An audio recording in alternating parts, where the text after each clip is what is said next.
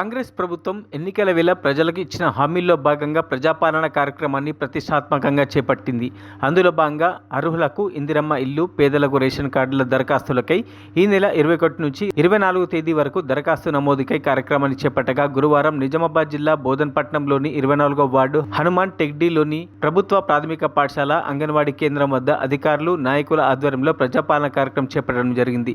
ఈ కార్యక్రమంలో మున్సిపల్ శాఖ AE Srinivas, ward councillor Sudharani, Ravinder Yadav తదితర ప్రభుత్వ అధికారులు, ఇందిరమ్మ ఇళ్ల ఇన్ఛార్జ్ హరికాంచారి, నాయకులు శ్రీనివాస్, హరిబాబు, రమేష్, భాస్కర్ తదితరులు, వార్డు ప్రముఖులు, ప్రజలు పాల్గొన్నారు. ఈ సందర్భంగా ఇప్పటి వరకు రేషన్ కార్డులకి 255 మంది, ఇందిరమ్మ ఇళ్లకై 98 దరఖాస్తులు వచ్చినట్టు, ఇంకా దరఖాస్తులు వస్తున్నాయని అధికారులు తెలిపారు. Mujahida Begum 4-2-251, Panem Navaneetha, T Gangamani 4-2-326/1, D Anitha 4-2-255/A, P Sunitha 4-2-266/1, M Swetha 4-2-117. ఇది అందరూ సహకరించగలరని కోరుతున్నాం.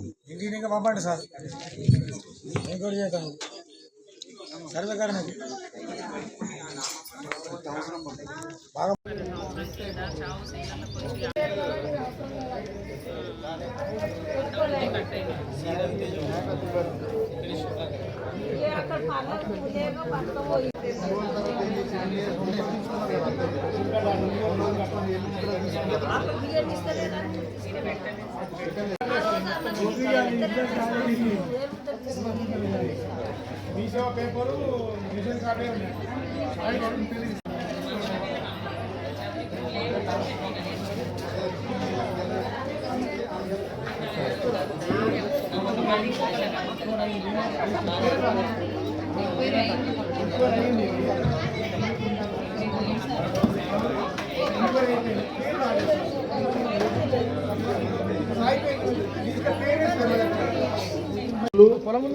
అందరు Aadhaar card numbers, phone numbers, address, caste 2 applications కూడా ఖచ్చితంగా మెన్షన్ చేసి ఇవ్వండి.